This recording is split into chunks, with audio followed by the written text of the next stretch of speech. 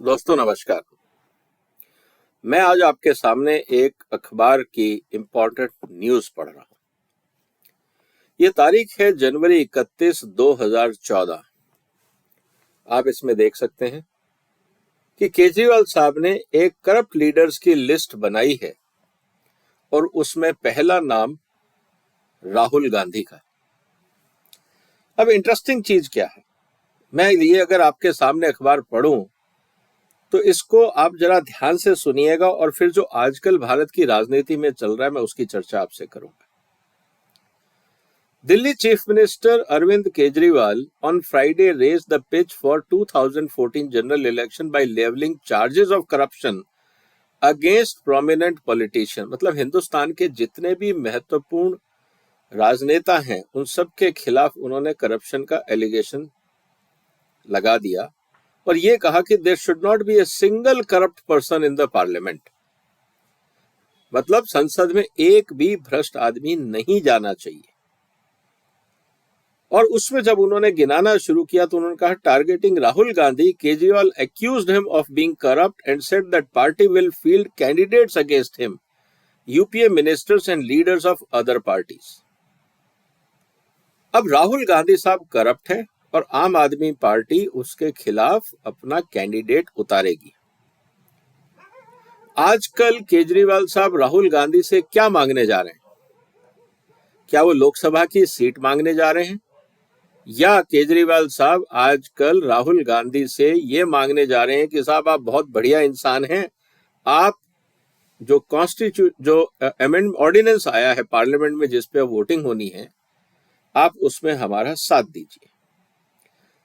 आगे चलते हैं। Drawing up A list of corrupt politicians, Kejriwal said the party will field candidate against them and the list says that Gandhi, Union Ministers Shinde, Chidambaram, Kapil Sibal, G.K. Vasan, Salman Khurshid, Veerappa Moily, Prakash Jaiswal, Kamal Nath, Pawan Bansal, Naveen Jindal, Avatar Singh Bhadana, Anu Tandon, Suresh Kalmadi, including Tarun Gogoi.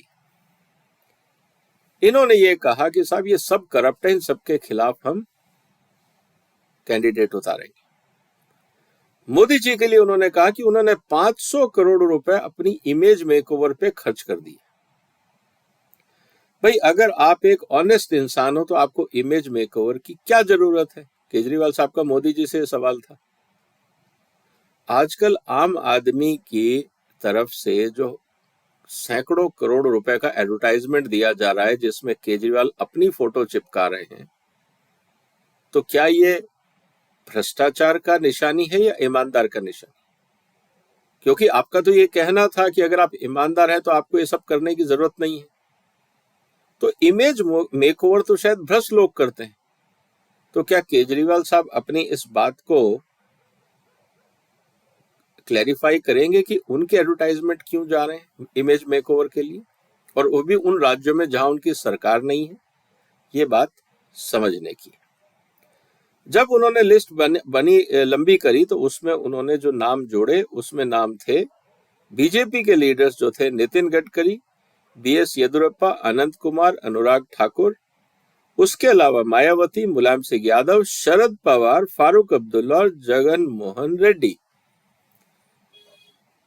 थोड़े दिन पहले शरद पवार साहब के साथ भी वो बैठ के अपने जो ऑर्डिनेंस आया है उसके खिलाफ वोट मांगने की अपील करने गए थे।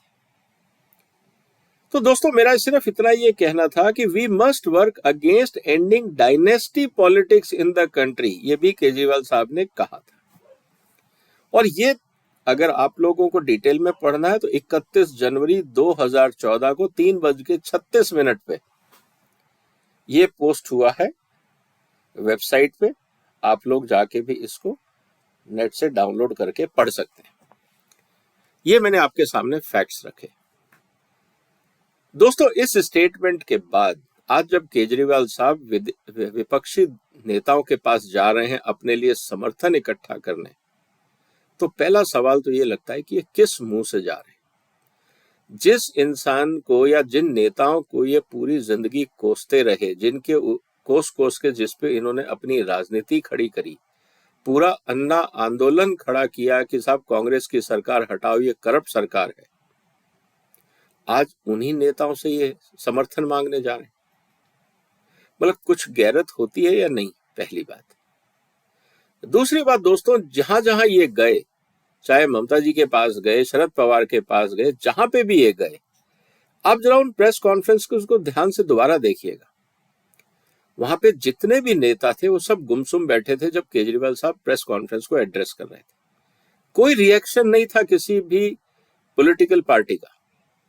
ये अपनी तरफ से कहते थे इनसे हम मिले, इन्होंने समर्थन का वादा किया, हम आभारी हैं वगैरह वगैरह, लेकिन बाकियों के चेहरे पे कोई रिएक्शन नहीं था। और पवार साहब ने तो यहां तक बोल दिया था, पहले जाके कांग्रेस से बात कर लीजिए, क्योंकि पवार साहब एक बहुत सीजनल पॉलिटिशियन, उनको पता था कि केजरीवाल को क्या मिलने वाला है।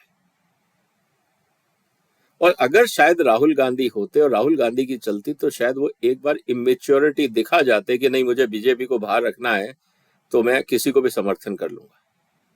लेकिन मुझे लगता है जिस तरह से अजय माकन ने और बाकी राज्यों के प्रतिनिधियों ने राहुल गांधी को समझाने की कोशिश की होगी कि साहब आप सांप को दूध पिला रहे हैं, आप ही को डसेगा, क्योंकि 2014 से लेकर अभी तक राहुल गांधी और उनकी पार्टी को ही डसा है। अगर आप ईमानदारी से हर स्टेट में आम आदमी का या किसी भी रीजनल पार्टी का अगर बढ़ता हुआ ग्राफ देखेंगे तो वो किसकी कीमत पे है? वो है कांग्रेस की कीमत पे। दिल्ली में कांग्रेस ने जो मूर्खता की थी उसकी कीमत कांग्रेस को बहुत भयंकर चुकानी पड़ी। आज जहां जहां कांग्रेस के वोट आम आदमी पार्टी काट रही है, ये दिल्ली में समर्थन जब दिया था कांग्रेस ने, उसके बाद से सिलसिला शुरू हुआ है। तो कभी कभी पॉलिटिकल इमेच्योरिटी ये होती है, और खासकर कांग्रेस के साथ और राहुल गांधी के साथ प्रॉब्लम ये है कि मोदी के खिलाफ कुछ भी करना पड़े, किसी भी लेवल तक गिरना पड़े, वो गिरने को तैयार है। बस उनको मोदी को सत्ता से बाहर करना है किसी भी तरीके से, चाहे वो हिंदुस्तान में स्टेटमेंट दें या हिंदुस्तान के बाहर। ये पॉलिटिकल मैच्योरिटी नहीं कहलाती, ये डेस्परेशन कहलाता है। तो अब अगर राहुल गांधी साहब ने ये डिसीजन ले लिया है, जैसा कि न्यूज रिपोर्ट्स में आ रहा है कि आम आदमी पार्टी को कांग्रेस समर्थन नहीं देगी, तो कांग्रेस के पास दो रास्ते। एक रास्ता तो ये है कि बीजेपी के साथ ऑर्डिनेंस का समर्थन करे, जिसकी संभावना मुझे कम लगती है। दूसरा ऑप्शन ये है कि वोटिंग के समय कांग्रेस एब्सटेन करे, जिसकी संभावना मुझे ज्यादा लगती है। जब तक वोटिंग की बात है, कांग्रेस के लिए इस समय 31 सीटें हैं विधानसभा, इसमें राज्यसभा में। अगर 31 लोग संसद से बाहर चले जाते हैं, मतलब राज्यसभा से बाहर चले जाते हैं, तो बीजेपी आराम से ऑर्डिनेंस को पास करा लेगी, क्योंकि लोकसभा में ऑलरेडी उनका बहुमत है। तो केजरीवाल साहब के खिलाफ एक और हथियार बीजेपी को मिल जाएगा केजरीवाल साहब को फिक्स करने के लिए। और मान लीजिए कि एक बार ये ऑर्डिनेंस पास हो जाता है, कानून बन जाता है, और किसी कारण से आने वाले दिनों में मान लीजिए हम ये मानते हैं कि दिल्ली में भी कांग्रेस की सरकार है और केंद्र में भी कांग्रेस की सरकार है, तो अगर जरूरत पड़ेगी तो वापस इस कानून को बदला जा सकता है। ये कॉन्स्टिट्यूशनल अमेंडमेंट नहीं है, इस बात को हमें समझना होगा। ये एक कानून है, बिल के माध्यम से आप दोबारा कानून बदल सकते हैं, इसमें कोई मनाही नहीं है। ये कहीं नहीं लिखा गया है कि अगर आपने एक बार देश में कानून बना दिया तो आप कानून नहीं बदल सकते। इसका मतलब ये है कि अगर अभी लगता है कांग्रेस को कि केजरीवाल साहब को फिक्स करना है, बहुत ज्यादा इन्होंने हमें दुखी किया था, तो इस समय कांग्रेस के लिए मौका है। वो बीजेपी का साथ दे, सिर्फ पार्लियामेंट से एब्सटेन हो जाए, वोटिंग के समय काम हो जाएगा। लेकिन अगर कल को कांग्रेस की सरकार दिल्ली में बनती है और केंद्र में भी मान लीजिए कांग्रेस की सरकार आती है, तो केंद्र में कांग्रेस की सरकार दोबारा दिल्ली का कानून बदल के अपनी राज्य सरकार को अधिक अधिकार दे सकती है। लेकिन मेरे को इस बात में भी कोई दिक्कत नहीं है कि अगर राज्य और केंद्र में एक ही पार्टी की सरकार है तो किसी भी तरह का कोई कन्फ्लिक्ट होगा, क्योंकि जो भी स्टेट गवर्नमेंट कहेगी, सेंट्रल गवर्नमेंट एलजी के माध्यम से उसको अप्रूव करवा देगी। तो उसमें कोई कन्फ्लिक्ट दिखता नहीं। तो दोस्तों, इंटरेस्टिंग चीज ये है कि इस समय जब केजरीवाल साहब अपने आप को हिंदुस्तान का एक सबसे माहिर राजनीतिज्ञ घोषित करने की कोशिश कर रहे थे, आज गली गली ये उन नेताओं के पास जा रहे हैं जिनको इन्होंने खूब कोसा, खूब गालियां दी और जिनको गाली दे दे के इन्होंने अपनी राजनीति चमकाई। अब सवाल आता है कि अगर ये संसद में कानून पास हो जाता है तो फिर मुद्दा आता है कोर्ट का। ये निश्चित रूप से कोर्ट में चैलेंज करेंगे। तो क्या कोर्ट इस बात को नहीं जानने की कोशिश करेगा कि ऑलरेडी सुप्रीम कोर्ट में एक कानून या एक और जजमेंट आ चुका है जहां ये कहा गया है कि मंत्री अपनी मनमर्जी से अधिकारियों की ट्रांसफर नहीं करेंगे, उसके लिए सिविल सर्विसेज बोर्ड बनेगा। और जहां तक बात है दिल्ली के कानून में, वहां एलजी और होम सेक्रेटरी का अपॉइंटमेंट और जो दिल्ली के चीफ सेक्रेटरी हैं उसका अपॉइंटमेंट तो केंद्र सरकार करेगी। और जो नया ऑर्डिनेंस है उसमें जो 3 मेंबर की कमेटी है उसमें 2 ब्यूरोक्रेट है, 1 चीफ मिनिस्टर है। तो कुल मिला के स्थिति ये है कि आप अब ये नहीं कह सकते कि चीफ मिनिस्टर की बगैर परमिशन के ट्रांसफर हो रहा है, क्योंकि उस कमेटी के अध्यक्ष तो चीफ मिनिस्टर ही हैं। अधिकारी अगर चीफ मिनिस्टर की बात से विरोध करते हैं तो उसी स्थिति में करेंगे जब उनको लगेगा कि चीफ मिनिस्टर का प्रपोजल कानून सम्मत नहीं है। अदरवाइज ब्यूरोक्रेसी को चीफ मिनिस्टर की बात को मना करने का क्या औचित्य होगा, ये बात हमें समझनी होगी। तो जो ऑर्डिनेंस है वो बहुत इंटरेस्टिंग वे में ड्राफ्ट किया हुआ है। 11-12 पेज का ऑर्डिनेंस है। मैंने अपने वीडियो में डिटेल में उस पर चर्चा करी है, उसका लिंक भी मैं डाल दूंगा, आप उसको देखिएगा। अब सवाल ये है कि जैसे केजरीवाल साहब जो इतना ऊंचा जा रहे थे, तभी तो हम कहते हैं कि अब ऊंट आया पहाड़ के नीचे। एक गलती जो केजरीवाल साहब ने करी, चाहे वो राजनीतिक इमेच्योरिटी थी या ओवर कॉन्फिडेंस था, अब जो चाहे वो कहे, कि राजनीति में कभी भी एक दूसरे को गाली नहीं दी जाती। वो गाली उसी स्थिति में दी जाती है जब आपको ये लगता है कि हम इनसे कभी किसी भी रूप में तालमेल नहीं रख पाएंगे, जैसे बीजेपी और कांग्रेस, जिनका गठन ही एक दूसरे के खिलाफ हुआ है। लेकिन अगर आम आदमी पार्टी, जिसको पता है कि बाकी राज्यों में चुनाव लड़ने हैं और हो सकता है कहीं ना कहीं कांग्रेस के साथ उनको गठबंधन करना पड़ सकता है, तो इतनी कटुता दिखाना उचित नहीं था। लेकिन वो पॉलिटिकल इमेच्योरिटी थी। अब मेरा सवाल ये है अरविंद केजरीवाल से कि आप लोग जा रहे हैं हर राज्य में वहां के मुख्यमंत्रियों से सपोर्ट लेने या उन रीजनल पार्टी से सपोर्ट लेने जिनके जो मेंबर्स हैं वो राज्यसभा में। क्या केजरीवाल साहब इस बात का कमिटमेंट देंगे उन सब रीजनल पार्टीज को कि अगर आपने ऑर्डिनेंस में हमारा समर्थन किया तो हम आपके खिलाफ आपके राज्य में कैंडिडेट नहीं उतारेंगे? क्या केजरीवाल साहब ईमानदारी से ये बात लिखित में दे सकते हैं? क्योंकि ओरल की बात तो वो मानते ही नहीं, वो अपनी बात को भी भूल जाते हैं, बच्चों की कसमों को भी भूल जाते हैं, उनको कुछ याद नहीं रहता। उनकी पार्टी में एक अजीब सा चलन है कि जब भी अनकंफर्टेबल सवाल, चाहे वो ईडी पूछे, सीबीआई पूछे या जनता पूछे, तो इन सब की याददाश्त खो जाती है। तो क्या केजरीवाल साहब ये घोषणा करेंगे आज की दुनिया में? क्योंकि सोशल मीडिया का जमाना है और लोग बहुत खास नजर रखे रहेंगे केजरीवाल की हरकतों पे आने वाले 1 साल में, क्योंकि नेशनल इलेक्शन है और इंपॉर्टेंट स्टेट इलेक्शन भी है। क्या केजरीवाल साहब उन लोगों के खिलाफ अपने कैंडिडेट नहीं उतारेंगे आज जिनसे वो समर्थन मांग रहे हैं? आज मूल सवाल ये है।